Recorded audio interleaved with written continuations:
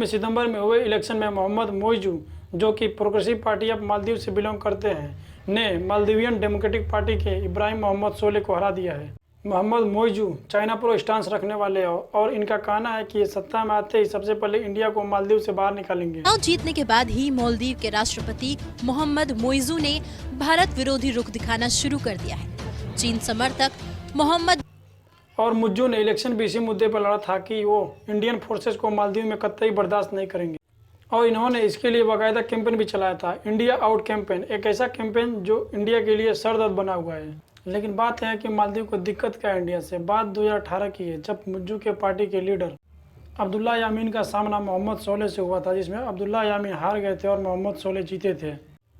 जीतने के बाद अब्दुल्ला यामीन को जेल में डाल दिया क्योंकि इन्होंने 2013 से 18 के कार्यकाल में बहुत सारे घोटाले किए थे। इनको 11 साल की सजा सुनाई गई, लेकिन 2 साल बाद सबूतों के अभाव में इनको रिहा करना पड़ा और निकलने के बाद इन्होंने इंडिया आउट कैंपेन चलाया क्योंकि अब्दुल्ला यामीन को ऐसा लगता था कि इंडिया ने ही इनको जेल भिजवाया था। अब्दुल्ला यामीन भी इंडिया विरोधी और चाइना प्रो स्टांस रखने वाले थे।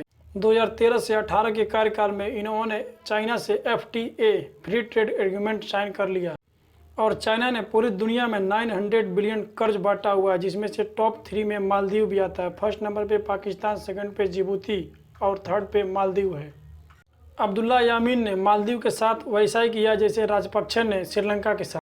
इंडिया आउट कैंपेन अब्दुल्ला यामीन ने ही शुरू किया था। तो क्या अब्दुल्ला यामीन ने ऑपरेशन कैक्टस को भुला दिया है? बात 1988 की है, जब मालदीव में तख्ता पलट की योजना बनाई गई, जिसमें उस समय के तत्कालीन राष्ट्रपति ममून अब्दुल गयूम संकट में घिर गए थे। People's liberation organisation of Tamil Eelam के कुछ मर्सिनरीज को मालदीव के ही एक बिजनेसमैन अब्दुल्ला लतूफी ने किराए पर लेकर मालदीव पर कब्जा करना चाहा। ऐसी संकट में मालदीव की सरकार ने पाकिस्तान, श्रीलंका, USA, ब्रिटेन सबसे मदद मांगी, लेकिन सबने हाथ खड़े कर दिए। बाद में ब्रिटेन ने सुझाव दिया कि क्यों न इंडिया से हेल्प मांगो। मालदीव के हेल्प मांगने पर उस समय के तत्कालीन प्रधानमंत्री राजीव गांधी ने तुरंत हाँ कर दी और यह सेना का पहला विदेशी मिशन था। 3 नवंबर 1988 की रात को भारतीय वायुसेना व भारतीय थल सेना के 300 जवान 9 घंटे की लगातार उड़ान के बाद हुलहुले एयरपोर्ट पर पहुंचे। इसके बाद भारतीय सेना माले में दाखिल हुई और वहां से अब्दुल गयूम को सुरक्षित स्थान पहुंचाया गया और भारतीय सेना ने माले पर कब्जा कर लिया। भागते आतंकवादियों को भारतीय नौसेना के युद्धपोत गोदावरी और बेतवा ने हिंद महासागर में घेरकर 19 आतंकवादियों को मार डाला। ऑपरेशन की सफलता के बाद UNO, USA और ब्रिटेन ने भारतीय सेना के पराक्रम और रणनीति की काफ़ी तारीफ की और यह एक ऐसा ऑपरेशन था जिसमें एक भी सैनिक की जान नहीं गई। सो इससे आप समझ गए होंगे कि मालदीव के सोवरेनिटी के पीछे इंडिया का कितना बड़ा हाथ है। अब बात करते हैं कैसे मालदीव का GDP $6.1 बिलियन आज की तारीख में हमारे सपोर्ट से है। साल 2018 में इंडिया ने $1.4 बिलियन मालदीव को दिया, मालदीव के सोशल व इकोनॉमिक डेवलपमेंट के लिए और चाइनीज डेट से छुटकारा पाने के लिए, जो मालदीव के GDP का 25% है। इंडिया ने ग्रेटर माले कनेक्टिविटी प्रोजेक्ट के लिए $100 मिलियन डोनेशन व $400 मिलियन लाइन ऑफ क्रेडिट दिया है। और बात सिर्फ पैसों की नहीं है, इंडिया मालदीव को जेन्युइन ह्यूमैनिटेरियन एड देते आ रहा है। जैसे 4 दिसंबर 2014 को माले वाटर एंड सीवरेज कंपनी के जनरेटर कंट्रोल पैनल में भीषण आग लगने से पानी की किल्लत हो गई। मालदीव सरकार के अनुरोध पर इंडियन गवर्नमेंट ने ऑपरेशन नीर शुरू किया और 374 टन पानी इंडियन एयरफोर्स की मदद से माले पहुंचाया गया। इवन कोविड के टाइम में भी इंडिया ने मालदीव को ऑपरेशन संजीवनी के अंडर 6.5 टन मेडिसिन व कोविड वैक्सीन प्रोवाइड किया। और रिसेंटली PM मोदी ने मालदीव को हॉस्पिटल व स्टेडियम बनाने का आश्वासन दिया है, ये भी फ्री होगा। इतनी सारी हेल्प के बाद मालदीव के पास्ट प्रेसिडेंट इंडिया प्रोही थे। इनफैक्ट इन्होंने UNO में भी काफ़ी इंडिया का हेल्प किया। मालदीव G4 ड्राफ्ट रेजोल्यूशन पर हमेशा से इंडिया का सपोर्ट करता आया है, जिसमें इंडिया, जर्मनी, ब्राज़ील और जापान को UN सिक्योरिटी काउंसिल में परमानेंट सीट देने की बात की जाती है। इसके बदले में इंडिया ने भी मालदीव की 2019-20 टर्म के लिए नॉन परमानेंट मेंबर के लिए सपोर्ट किया था।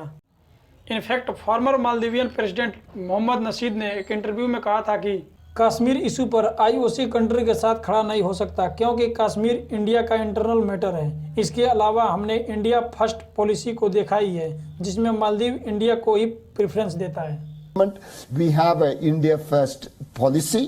Our foreign policy is India first, as exactly in the same manner as India's foreign policy is neighborhood first.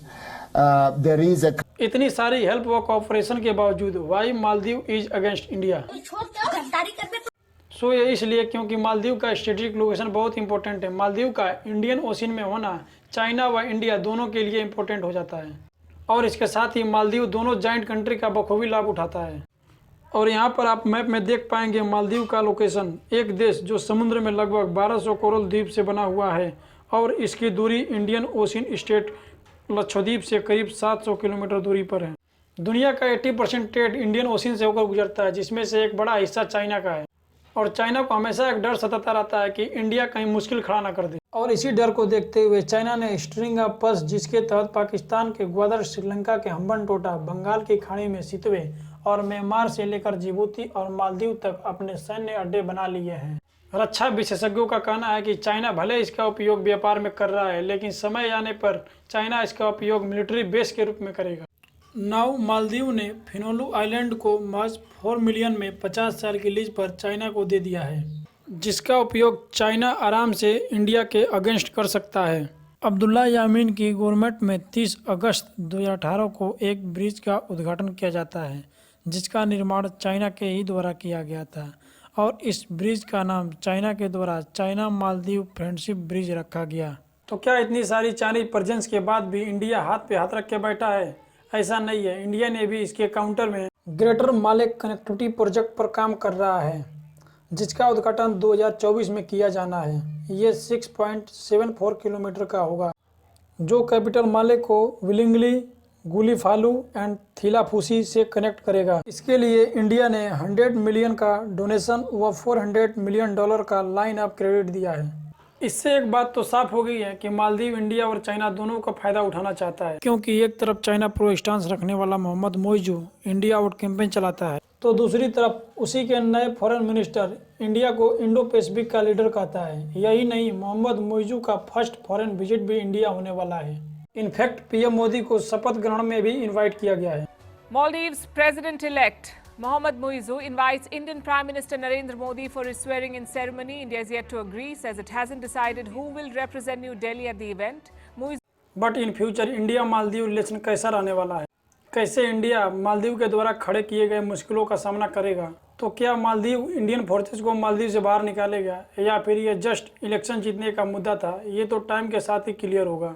Video अच्छा लगा हो तो लाइक करें, हमारे चैनल को सब्सक्राइब करें। Thank you.